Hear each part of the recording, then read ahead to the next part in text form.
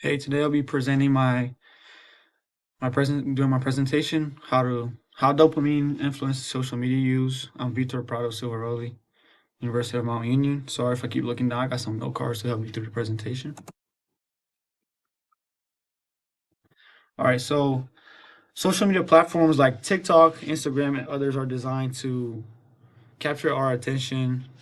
These apps trigger dopamine release, our brain rewards chemical basically, which can influence how long we stay online and how we feel about ourselves after how many likes you get on a post or how many comments or how well your post does. I am interested in that topic due to the fact that many people, including myself, I notice changes in focus, mood, emotions based on what happens on my social media activity. Basically, like if my post doesn't do too well or too many views or I don't get enough views, I'd be down. Like, why did I get enough views and these other people are getting views? I'm not. But yeah. The purpose of this presentation is to encourage awareness of how social media use can shape mental health and to explore strategies for healthier online habits. So basically, just how to process the information that happens online and not worry too much about it. Chapter 2, neuroscience, is where I found my information about the dopamine releases and stuff. Through the textbooks, I learned that social media uses the same dopamine-based reward pathways as other rewarding behaviors. So basically, when you receive a reward, it's the same one that you get while you're on social media. Basically, when you get as many likes as you can, let's say 1,000 likes is a lot, right? So that's 1,000 people liking your post. So that's a rewarding behavior. Or when you receive a reward for doing well in class, or basically just a reward from your parents to from doing chores and stuff, that's a good feeling, right? So even though it's not intensive as drugs, the freaking small dopamine boost can still shape habits, emotions, responses, attention, decision making, desire for constant stimulation. This is why social media can feel addictive and why it affects mood and self esteem. So this is my first article. It's called From Likes to Anxiety. The researchers asked how social media use mainly dopamine-based reward responses affects teen brain development, emotional health, and vulnerability to anxiety. According to their studies, it's a review of multiple studies on teen social media use, dopamine, and brain development. It included a comparison between a small studies of heavy users and a large longitudinal study of 12,000 U.S. children examining screen time, brain structure.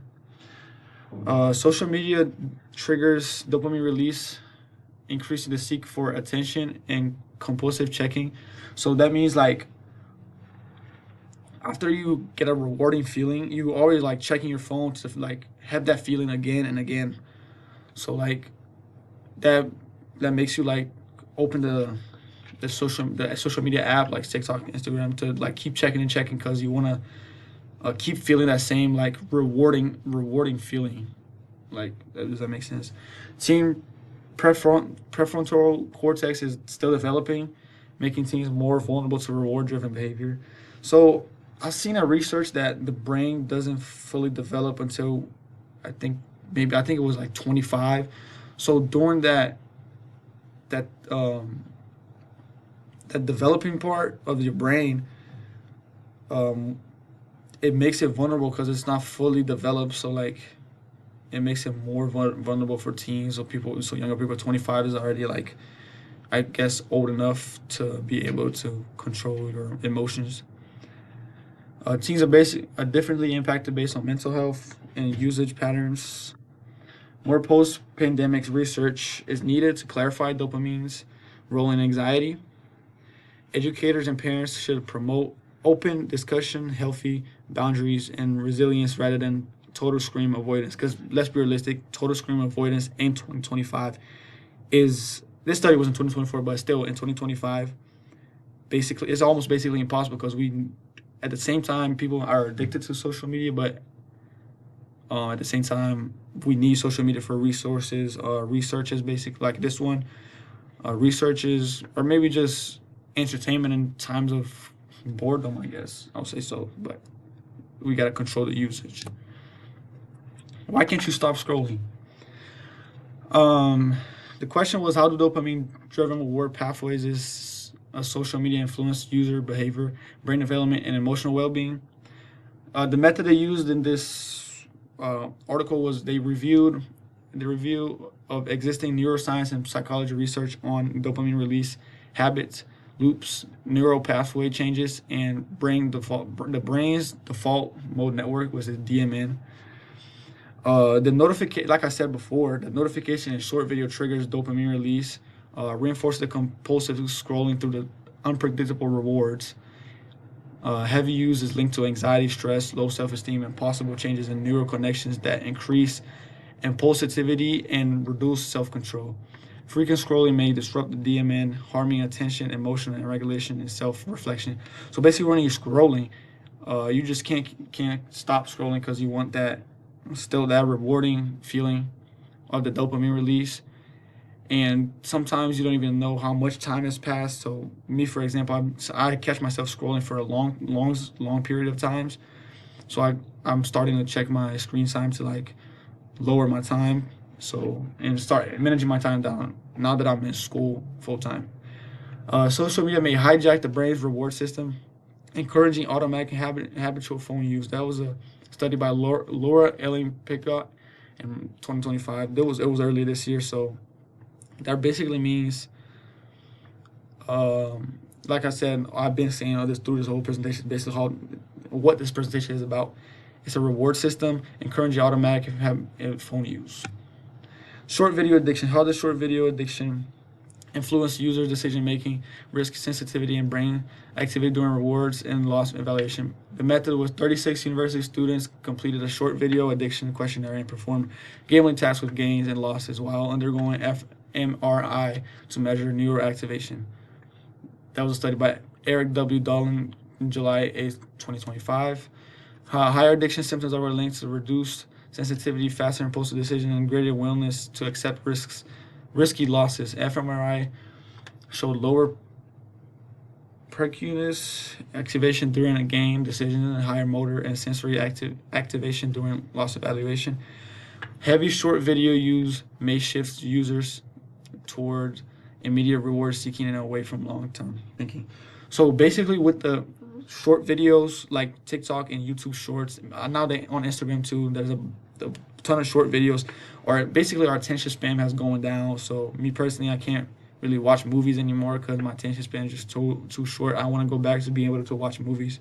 So I'm stepping away from the short video apps. Some limitation of popular press articles. Articles compress complex results into dramatic claims. Like the Likes to Anxiety article highlights possible brain risks, but glosses over large study of 12,000 kids that found no brain effects.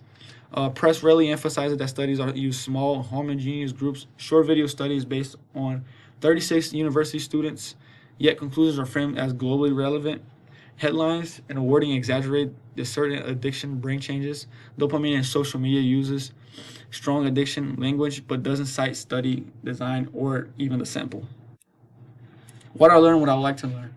Social media is designed to trigger dopamine.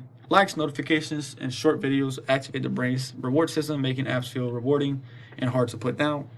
Dopamine affects emotions, attention, and behavior. Quick dopamine hits can lower attention span, increase anxiety, and make mood depend on social media feedback. How to balance social media without eliminating it. Oh, well, something I'd like to know is how to balance social media without eliminating it. Since quitting completely isn't realistic, like I said before, I want to learn how practical ways to build boundaries and use social media more intentionally. Why some people are more affected than others? What makes certain individuals more vulnerable to anxiety, low self-esteem, or addictive patterns from social media, while others are not? And my reflection was I'll be more critical of popular press articles. This project showed me that these articles often leave out key details like sample size, how dopamine was measured, study limitations. And so I'll look over summaries and check original research when possible. I will question psychological claims I see online since research is often simplified and misinterpreted on social media. I'll check the source and evidence before accepting the claim as true. These are my references. Thank you for listening. And that was my presentation.